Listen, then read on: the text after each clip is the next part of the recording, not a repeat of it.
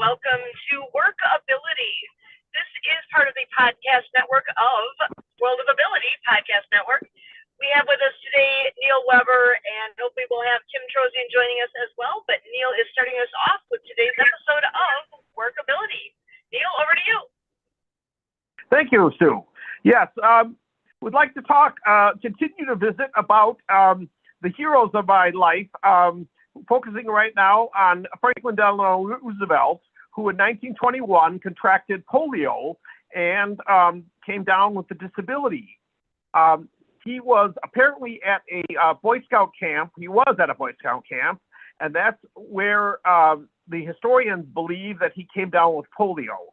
And it was unusual that a person of his status, being wealthy and raised in a upper class family, in fact, that he would contract polio.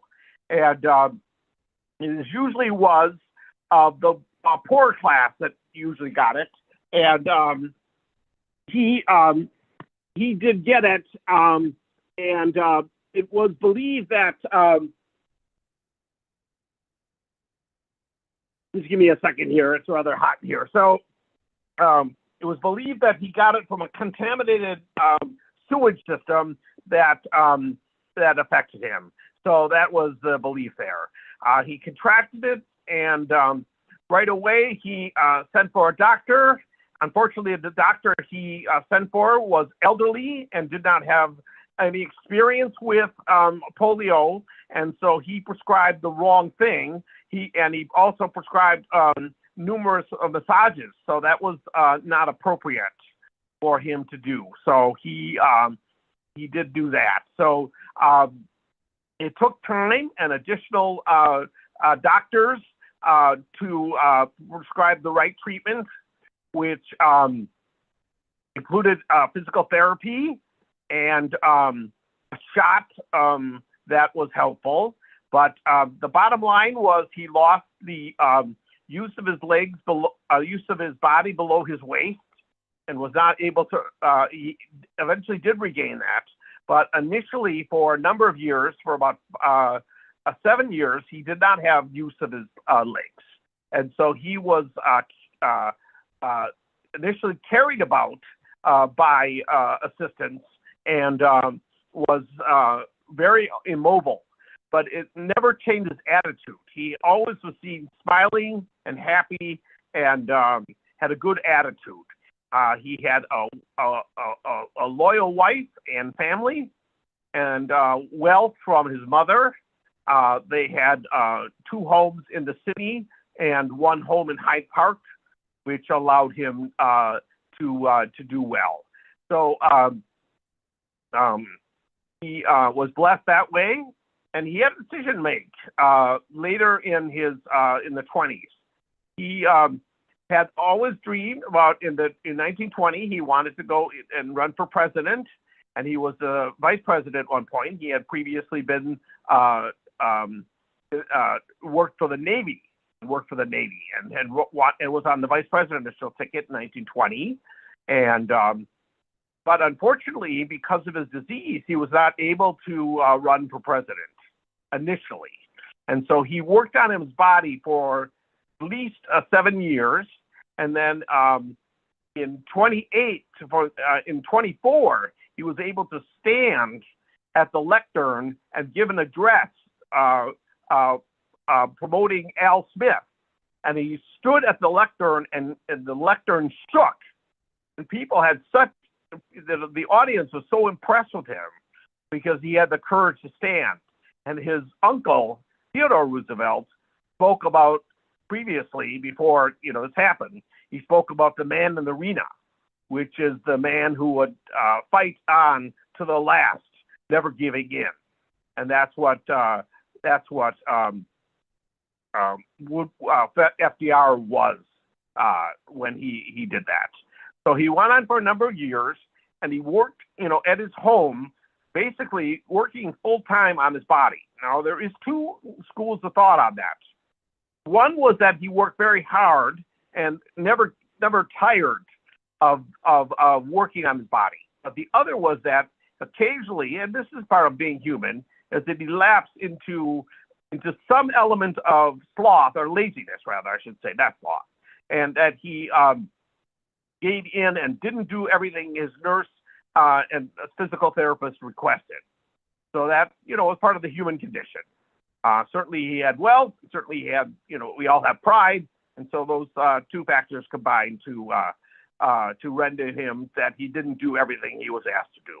But as he grew, in time, he found that he was growing more and more consistent with the use of his body. It took a number of. Hello. Hi, Neil.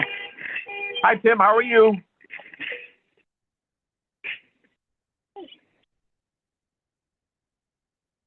It's okay. Are you ready, Tim? Oh.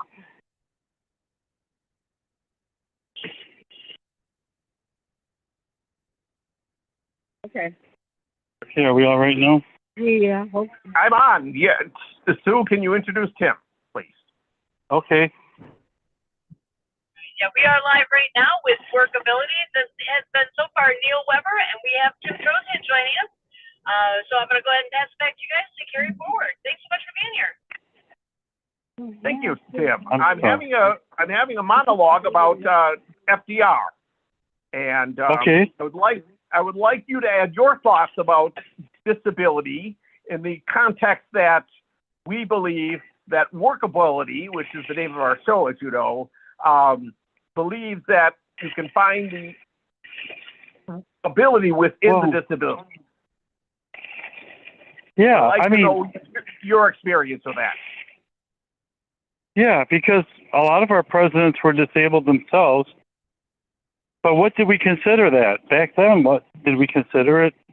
We didn't really consider a disability, I don't think, we never said that. Yeah. We just took care of it. We just handled it.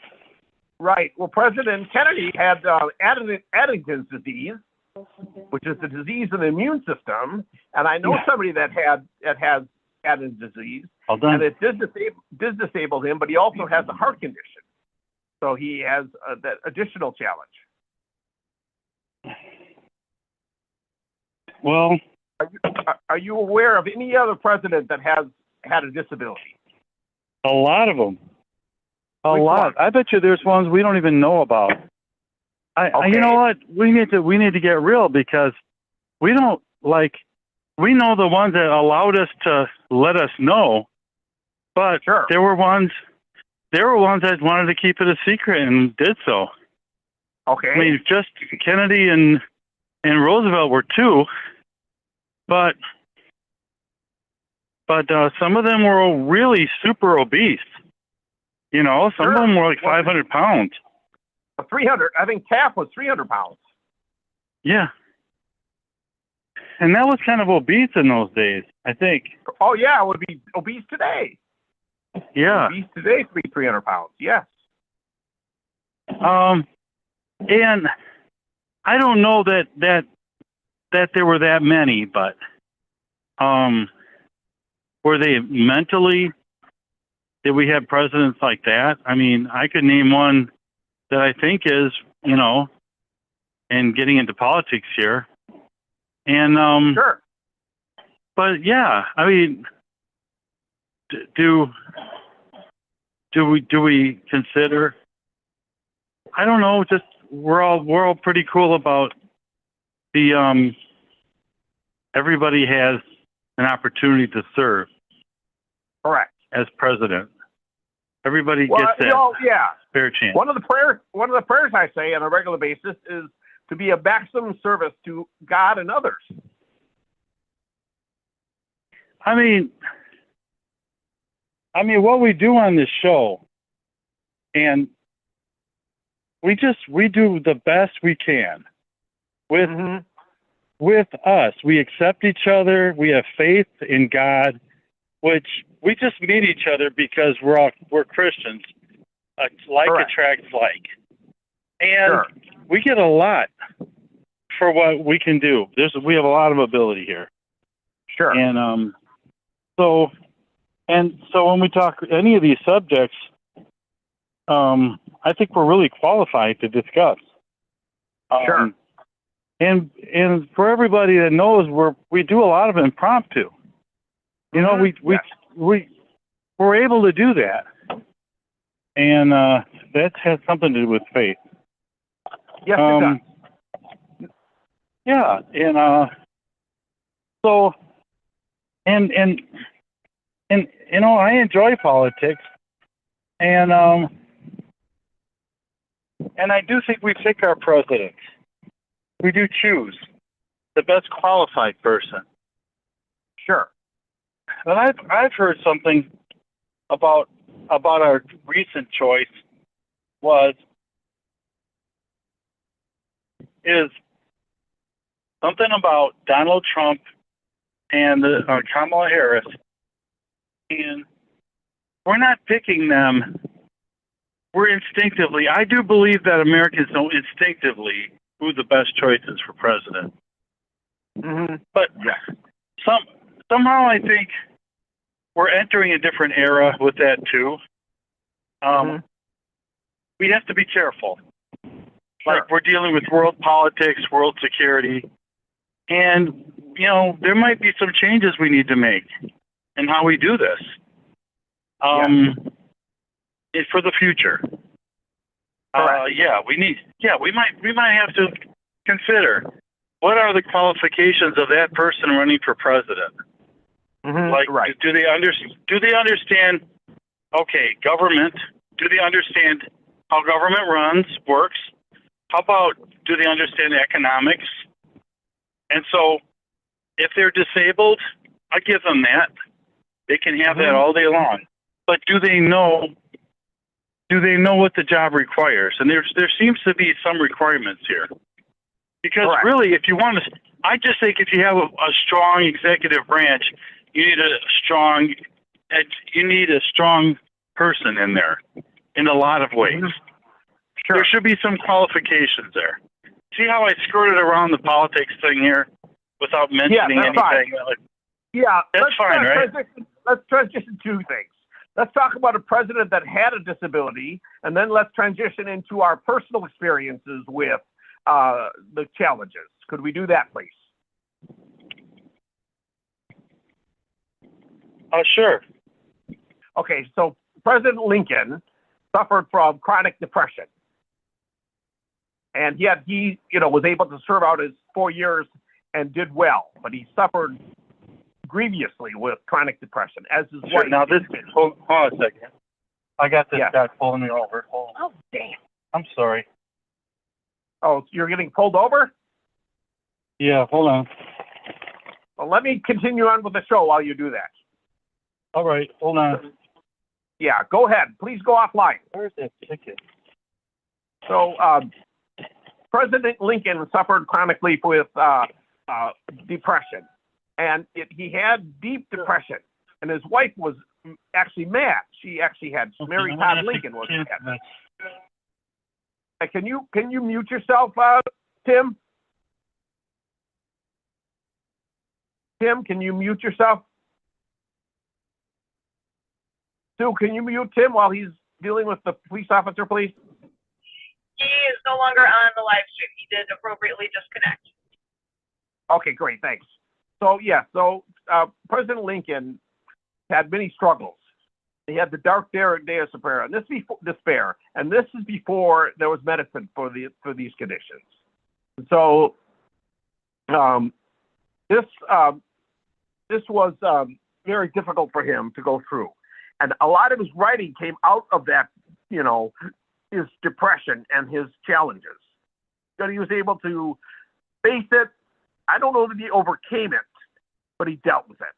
He was able to do that. And so we have President Franklin Delano Roosevelt, who faced his disability of not being able to walk, his polio, and eventually he was able to walk with just either an aid at his side, gripping onto his aid, or and a cane. and he actually walked across the room at one point, and he had a choice to make. In 1930, he was offered the chance to run as governor for New York, and he did run and successfully win, but he didn't want to because he wanted to finish his therapy. But he gave up that desire because he felt a greater desire to serve the nation as governor.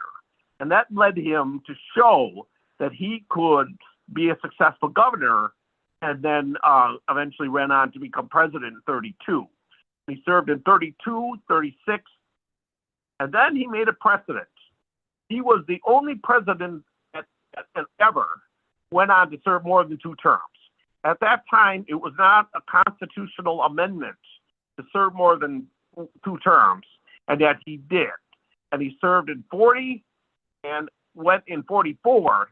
And it was said by the author of the book, Benjamin Butler, in his book, Franklin Delano Roosevelt, The Man He Became, that he should not have served in 44 because he was ailing and he was not really fit physically and emotionally for office. But he did serve, and he served at the close of World War II. It was said that we had won the war by 44, the economy was much better shape, and he could have allowed what happened. He ran for office, and he allowed Truman, when he died, Truman took over. So that's what happened in 44. But, he's a human being, and he had success over 3 terms.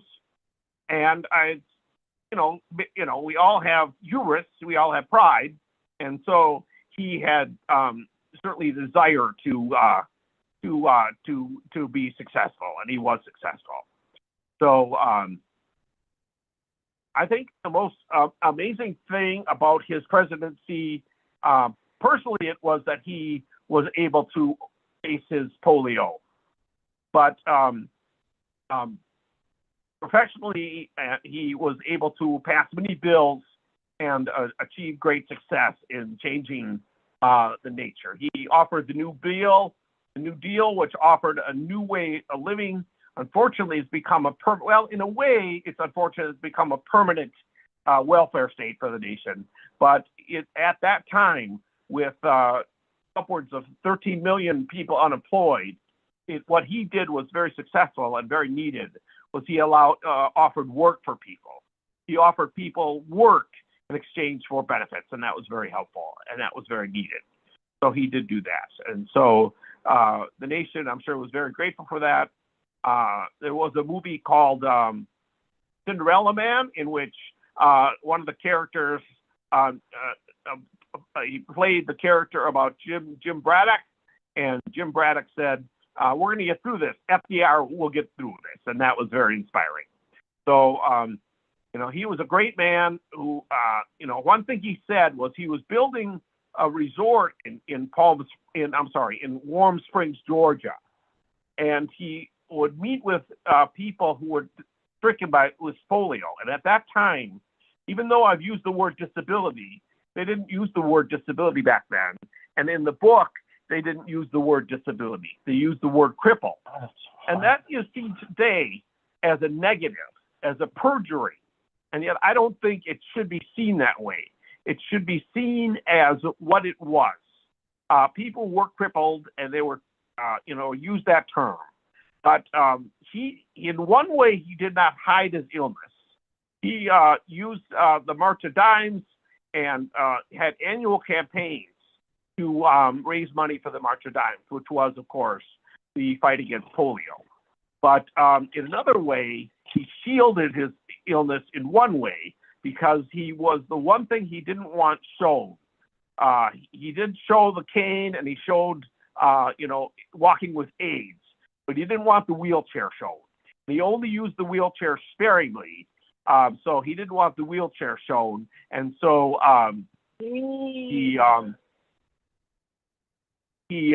therefore, he had aides hide it by standing in front of it and blocking the reporter's view of it. So this is the day before television.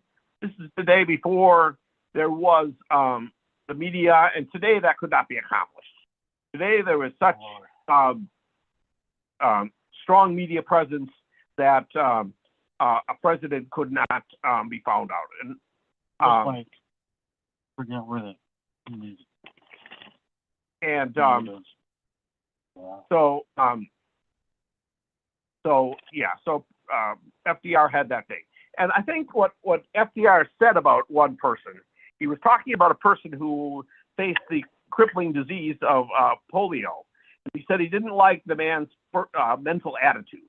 And that's critical, because I can tell two stories. One story, which was a member of the Grand Avenue Club, which I've spoken about before. He was a man who was physically able and would drive a man who was paraplegic or quadriplegic to work and back. And that man, even though was paraplegic or quadriplegic, was able to work. Hey, what's your name? Tim. All right. Oh, you got a warning before? Gentleman. Yeah, like last week, and I just need a little time because I have to pay off a ticket. Tim, and then Tim, can you sign off, please? Please. Okay. I just need a week. Yeah, I mean, I'm up for Freitag's one that stopped you, so, it sounded like you kept trying to get out of the car. I'm not. I don't know why I tried. I was just parking it. The car was running. I wasn't trying to escape or anything like that. Yeah, no, I know. Sometimes like makes it easy. It's like, why are you? Oh yeah, don't worry about me. I'm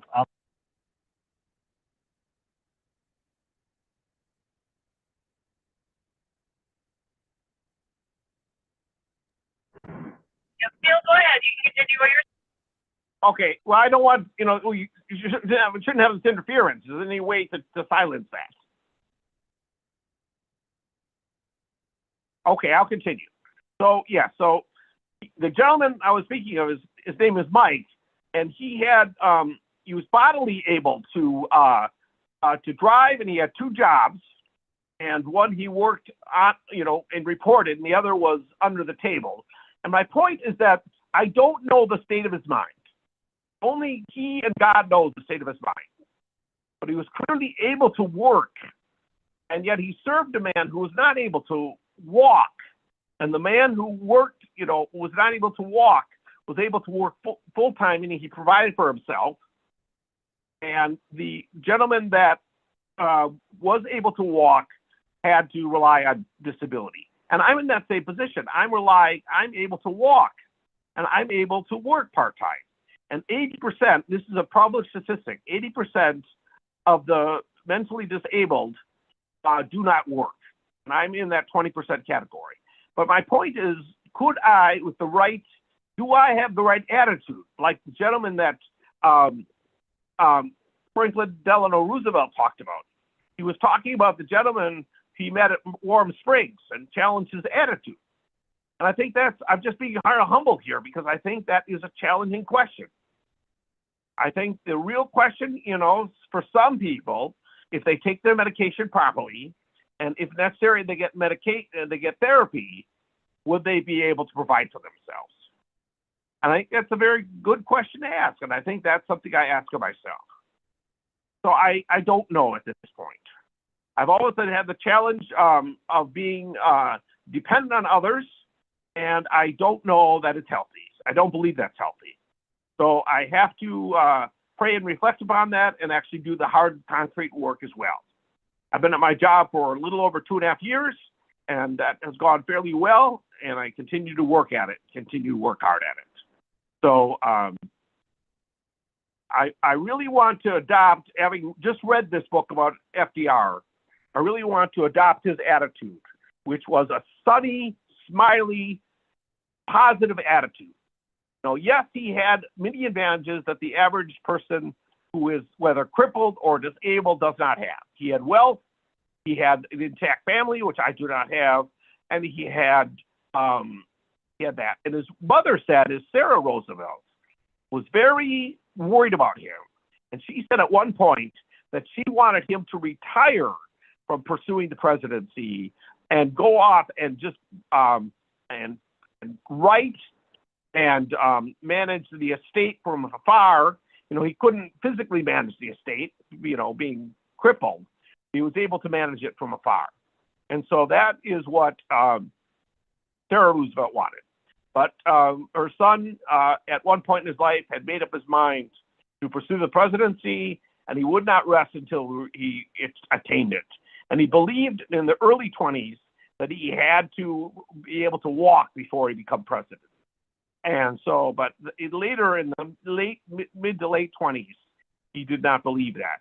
And so he changed his viewpoint and accepted the fact that he couldn't walk fully, but that it would always need the aid of a cane or a crutch. Well, he get rid of the crutch, but he needed a cane and he needed to walk with assistance of another person. And he fortunately had those assistants that he had access to, having wealth. And so I think it's really important to accept that we always have interdependence. I don't believe in the concept of dependence, in which we depend fully on another person, but I believe in interdependence, in which we do the best we can, and then we ask other people to do the best they can, and then to work together for a common goal. And that's what family is. So I really believe in that concept. So I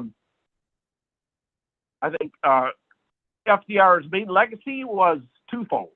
He fought the disease of polio to the point where he was able to walk with limited assistance and maintaining his positive attitude. And the second was that he ran one presidency on 4 terms and was able to give this nation many great gifts, including the New Deal and many benefits from that. So those were the legacies I think he had. I think also when we talk about Lincoln, his legacy was the fact that he was able to heal the nation of its wounds, bring the Civil War to a close, and lead a nation through a very dark time. And so that's how he responded to his depression. So those are 2 great heroes that faced their disabilities, or their in case of FDR, his crippling disorder, was with courage. And that's all the time we have for today. Sue, if you could take it away and close us, that'd be great. Excellent. Thank you so much, Neil. This again is our Sunday edition of WorkAbility, hosted by Neil Weber and Tim Trosian. So we are here every Sunday at 5:30 p.m. Central, and this is all part of the World of Ability Podcast Network. So happy to have you joining us. This again is WorkAbility with Tim and Neil. We'll see you next time. Bye for now. Thank you.